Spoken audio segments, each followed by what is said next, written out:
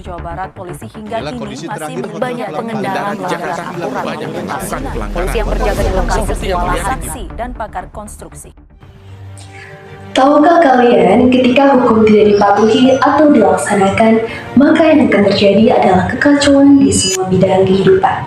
Setiap orang akan berbuat seenaknya atau menghalalkan segala cara untuk mencapai tujuannya, sehingga keamanan dan ketentraman sulit terwujud.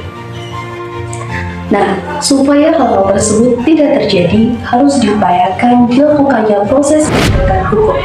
Seperti apa? Yuk kita bahas. Pada video kali ini, kita akan membahas pembelajaran PKN di SD modul 6 mengenai konsep penegakan hukum di Indonesia.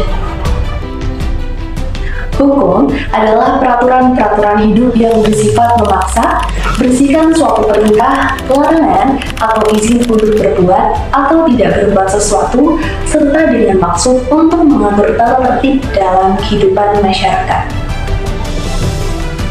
Hukum meliputi beberapa unsur. Yang pertama, peraturan mengenai tingkah laku manusia dalam bergaul masyarakat. Yang kedua, peraturan itu diadakan oleh badan resmi yang berwajib. Ketiga, peraturan itu bersifat memaksa.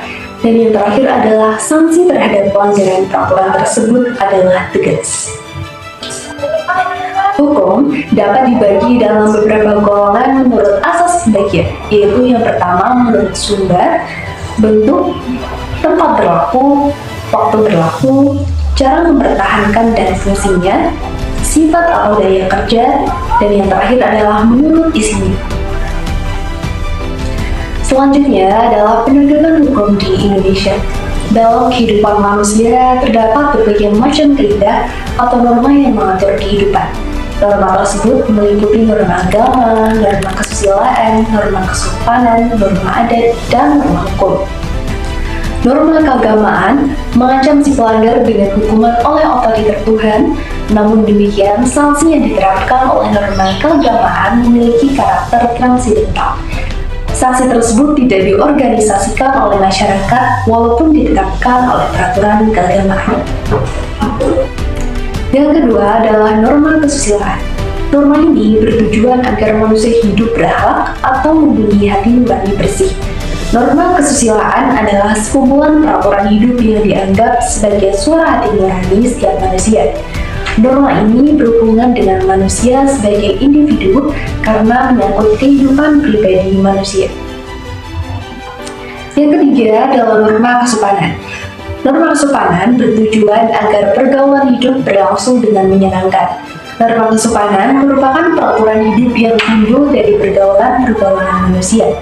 Peraturan-peraturan itu dibuat sebagai pedoman yang mengatur tingkah laku manusia terhadap manusia yang ada di sekitarnya. Yang keempat adalah norma adat. Norma adat merupakan sekumpulan peraturan hidup yang tumbuh dan berkembang pada suatu masyarakat dan tiada taati serta dilaksanakan oleh masyarakat yang bersangkutan karena dirasakan sebagai suatu kewajiban. Yang terakhir adalah norma hukum. Norma hukum bertujuan untuk mencapai kedamaian dalam pergaulan hidup. Kedamaian akan tercapai dengan menciptakan suatu keserasian antara ketertiban yang bersifat lahiriah dengan ketentraman yang bersifat batiniah. Hukum adalah suatu tata yang bersifat memaksa, suatu tata sosial yang berusaha menimbulkan perilaku individu sesuai dengan yang diharapkan melalui penggunaan tindakan-tindakan paksaan. Sumber hukum dapat kita golongkan ke dalam klasifikasi berikut. Yang pertama adalah hukum undang-undang, yang kedua hukum persetujuan, yang ketiga hukum terakat atau perjanjian antar negara, yang keempat hukum kebiasaan dan hukum adat, dan yang terakhir adalah hukum jurisprudensi.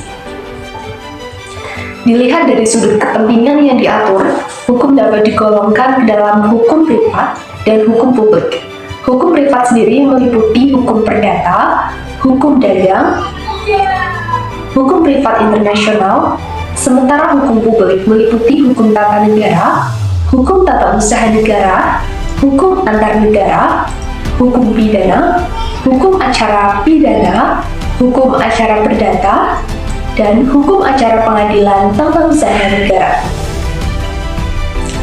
untuk menjalankan hukum sebagaimana mestinya, maka dibentuk lembaga penegakan hukum atau law enforcement, yaitu kepolisian yang berfungsi utama sebagai lembaga penyidik, kejaksaan yang fungsi utamanya sebagai lembaga penuntut, kehakiman yang berfungsi sebagai lembaga pemutus atau pengadilan, dan lembaga penasehat atau bantuan hukum.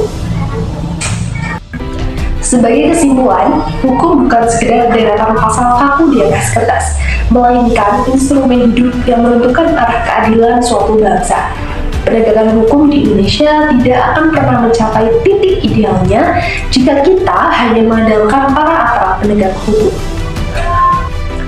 Oleh karena itu, mari kita jadikan momentum ini untuk merefleksikan diri. Mulailah mematuhi hukum bukan karena takut akan sanksinya, tetapi karena kita sadar bahwa ketertiban dan keadilan adalah hak yang harus kita jaga bersama demi masa depan Indonesia yang lebih baik.